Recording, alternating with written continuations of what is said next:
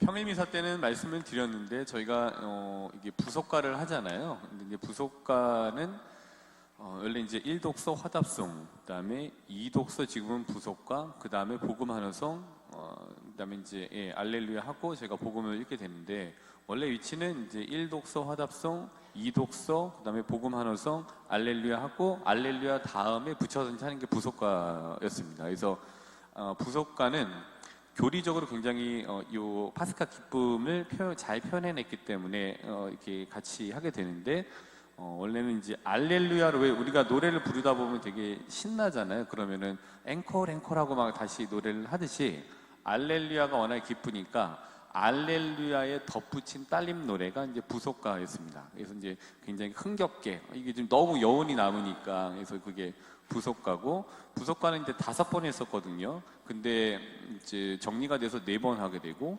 2번은 의무이고, 2번은 또 자유롭게 바칠 수 있고, 부활 대축일과 성령 강림 대축일의 부속과는 의무적으로 하는 거고, 원래는 이제 장례미사 때에도 부속과가 있었는데, 그 부속과에는 내용이 이제 굉장히 기쁜 내용인 건데, 장례미사 같은 경우에는 좀 종말이고 또 심판이고 뭐 이런 부분이 있기 때문에 맞지 않아서 정리가 되고 4개가 되는 거죠. 그래서 지금도 이제 부활식에 보면은 자유롭게 바칠 수 있다고 되잖아요. 의무는 이제 요 시기는 아니고 부활 대축일 때는 의무이기 때문에 이렇게 바치고 있습니다. 그래서 알렐루야에 덧붙인 딸림 노래가 부속과다. 원래는 이제 그래서 알렐루야 다음에 부르는 거다. 기억해 주시면은 좋겠습니다. 오늘은 하느님 자비주의를 맞아서 뭐 이런 3가지 이야기를 한번 들려보리고, 여기에서 한번 하느님 자비에 대해서 한번 생각해 보도록 하겠습니다. 인도에 이제 기차 여행 간 적이 있었는데, 인도에 이제 있다가 거기에서 시간을 내서 기차 여행을 이제 한 적이 있었습니다. 근데 기차가 그렇게 뭐 좋은 기차도 있고요. 다녀오신 분은 다 아시겠습니다만은, 우리나라 옛날에 비둘기호 같은 뭐 그런 열차들, 느리게 가고 창문 있고 여기 좀 좁고 뭐 이런 열차 있는데, 이렇게 탔어요. 그랬더니 저희 앞에 어떤 이제 아버지와 아들로 보이는 부자분이 이제 타셨습니다. 근데 저희 있으니까 아무래도 저희도 나가면은 이제 외국인이잖아요. 그래서 외국인이 타서 그랬는지 말을 많이 시키더라고요. 어디서 왔어? 그리고 막 이런 얘기를 해서 막 하는데, 이제 저희도 이제 있다가, 그래서 어디서 왔다, 그리고 이렇게 하다가 이제 어떻게 하다 보니까 본인도 종교가 뭐야? 뭐 이렇게 해서 이슬람교인 걸 알게 됐어요.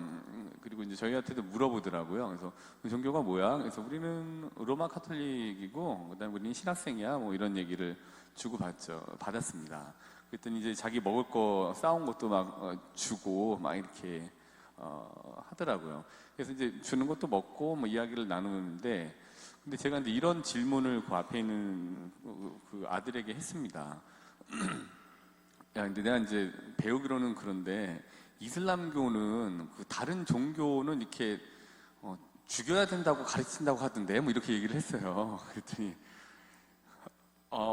근데 이게 사실 와서 지금 생각해 보면은, 그때도 그렇지만 이게 얼마나 무례한 질문이에요. 그 자기가 믿는 종교에 대해서 불손하게 짝이 없고 무례하게 짝이 없고 완전히 자기 종교를 무시하는 이야기인 거잖아요. 다른 종교 얘기를 하면서, 야, 니네는 안 믿는 사람 죽여도 된다고 하는데, 이게 굉장히 무례한 질문이었는데 그렇게 얘기를 했어요. 근데 그 분이 그래도 웃으면서 그게 아니라 이러이러한 거야 라고 뭐를 설명을 해주셨었어요. 그래서 그렇구나, 예, 알겠습니다 하고 이제 또 먹을 걸 연신 주면서 얘기를 하고 막 이렇게 먹고 이야기를 하고, 이제 사진을 같이 찍고, 그 다음에 이제 돌아와서 이제 저희 같이 찍은 사진을 이렇게 보내줬더니 너무너무 고맙다고, 이제 그분은 이제 뉴델리에서 옷감 장사하는 사람이었는데 너무 고맙다고 이렇게 답신을 이제 저희가 이제 받았었습니다. 그래서 이제 사실 굉장히 무례하게 짝이 없고, 종교에 대해서 어떻게 보면 굉장히 불경스럽기도 하고, 자기 신념의 그 세계에 대해서 잘 알지 못하면서 그렇게 얘기한 거에 대해서 화낼 법도 했습니다만은, 굉장히 자세하게 친절하게 설명해 주는 그 분의 모습이 기억이 납니다. 그건 인도에서 있었던 일이고요. 그다음에 이제 미국에서 있었던 일 중에 하나는, 이제 제가 청소년 국장이었을 때 이제 뭐 아이들을 데리고 미국에 좀 피정이나 이런 거 가면 좋겠다라고 생각이 들어서 이제 답사차 미국에 그 호수가 많은 동네 있잖아요. 미시건에 이제 간 적이 있었습니다. 근데 이제 미시건에 가서 이제 피정센터를 소개를 받고 이제 피정센터에 갔는데 마침 그 날이 그 피정센터가 문이 좀 닫는 날이었어요. 월요일 같은 날이었었습니다. 그래서 좀 곤란해 갖고 아 이거 어떡하지라고 이렇게 하고 돌아다니는데 그 호수에 갔더니 진짜 제가 의도했던 바대로 이제 독일 친구들이 이제 거기에 와서 피정을 하고 그 호수에서 이렇게 캠핑 같은 거 이렇게 하고 있는 걸 봐서 아 저런 형식으로 해야 되겠다라고 하고 다시 돌아와서 이렇게 답사를 하는데 그때 이제 어느 미국인 그 노부부가 저한테 이렇게 오더니 어디서 왔어? 또 물어보시더라고요. 그래서 한국에서 왔습니다. 그랬더니 너 신부야? 뭐 이렇게 물어보더라고요. 그래서 아 네 신부입니다. 뭐 이렇게 얘기했더니 아 그러냐고 한국에서 왔고 신부냐고 그래서 자기가 한국에서 미군으로 있었을 때 거기 근무해갖고 자기 한국 너무너무 잘 안다라고 해서 아 그러시냐고 이렇게 뭐 얘기를 하다가 점심 먹을래? 이렇게 해서 아 괜찮습니다. 그랬더니 아니야 우리가 점심 살 테니까 같이 가자 뭐 이렇게 해갖고서 가서 이제 점심을 먹고 근데 사실 생판 처음 보는 분이잖아요. 그 이국탕에서 근데 굉장히 친절하게 점심을 사주시고 이제 저 이제 가려고 했더니 아 우리 집에 가자 뭐 또 이러시는 거예요. 그래갖고 아니 괜찮습니다. 그랬더니 아 그래도 가자 뭐 이렇게 해서 어쨌든 쫓아갔어요. 왜 쫓아갔는지 모르겠는데 쫓아갔어요. 그래서 쫓아갔더니 그 호숫가에 굉장히 그 멋진 큰 집에 이렇게 두 분이 사시더라고요.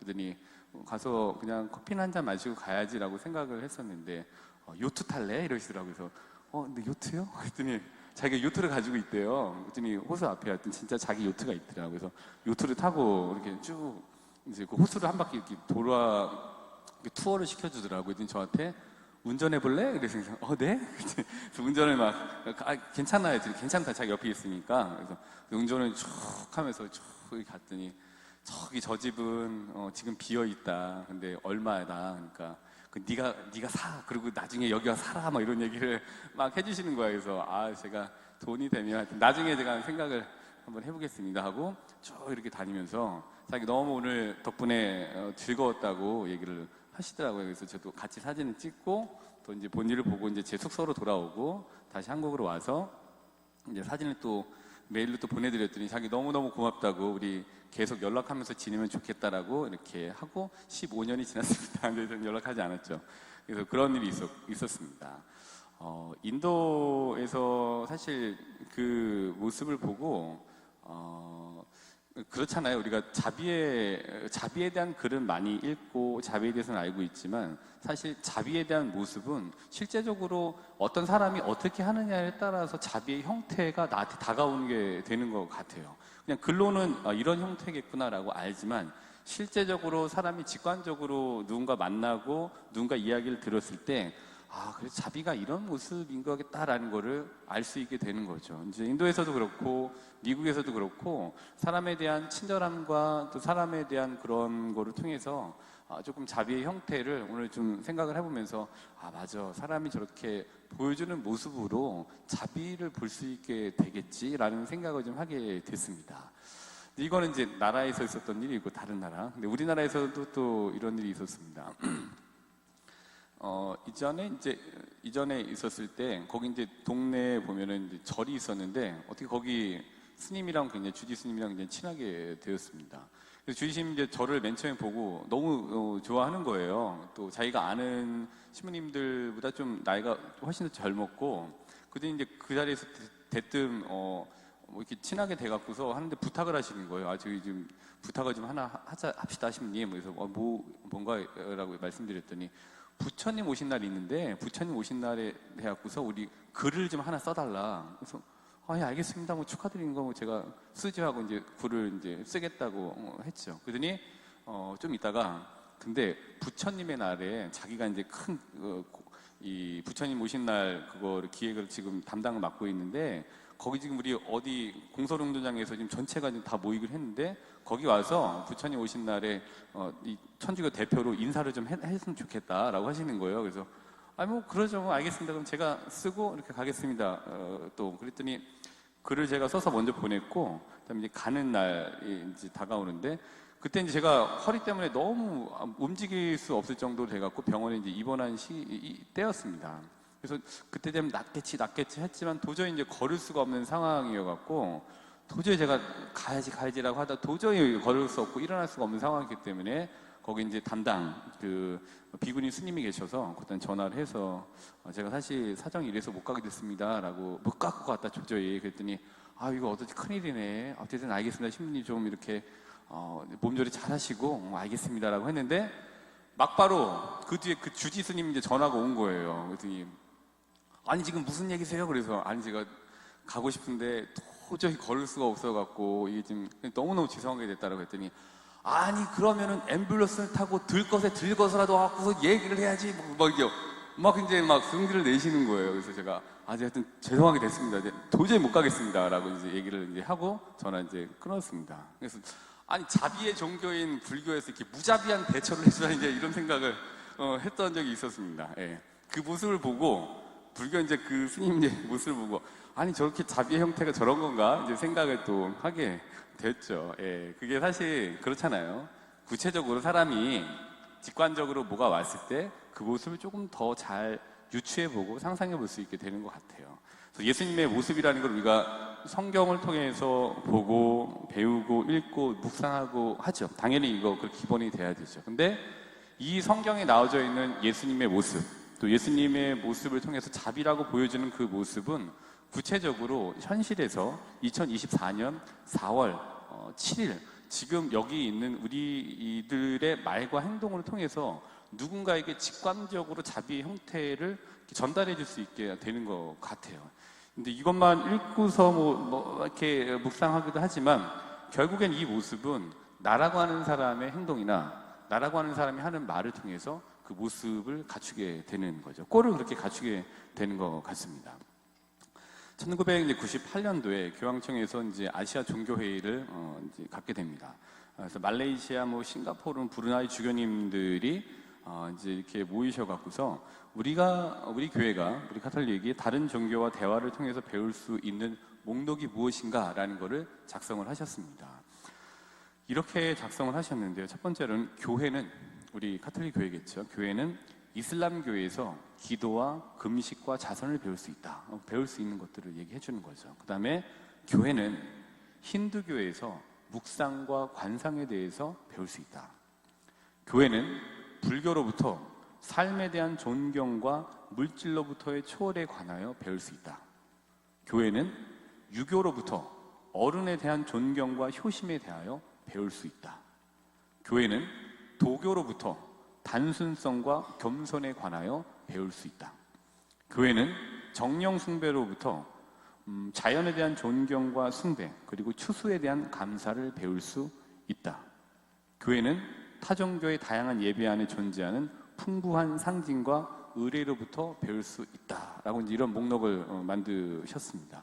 그런 것 같아요. 이런 것들이 다른 종교에 대한 배타적이고 금기시하는 것보다는 이렇게 무언가를 배울 수 있다라고 하는 것을 제시하는 것 자체만으로도 자비의 모습을 또 다른 형태로 구현해내는 것 같습니다. 우리는 누군가로부터 다 배울 수 있게 되죠. 그게 이제 이런 이제 인도나 미국 또 이제 불교 행사에 관련된 제 말씀을 드리면서 또 이 목록을 좀 제가 좀 오늘 아침에 좀 읽으면서 자료를 자비에 대해서 이렇게 생각해 봤습니다. 겸손함이 자비의 출발이 되는 것 같고요. 그 다음에 대신 명확한 내가 가지고 있는 신념과 내가 갖고 있는 종교에 대한 명확한 확신이 자비의 기둥이 되는 거고, 그 다음에 기쁨이라는 것이 자비의 얼굴이 될 것이고, 열정이라는 것이 자비의 연료가 될 거고요. 그 다음에 존중이라는 것이 자비의 깊이를 보여주는 것이고, 대화는 자비의 언어이다 라고 생각을 해보게 됐습니다. 하느님 자비주의를 맞아서 하느님 자비의 모습은 글이 아니라 내 모습으로 비춰진다는 것을 기억하면서 자비의 모습을 말과 행동으로 드러내도록 자비의 행동력을 보여주시는 한 주간이 되시기를 바라겠습니다.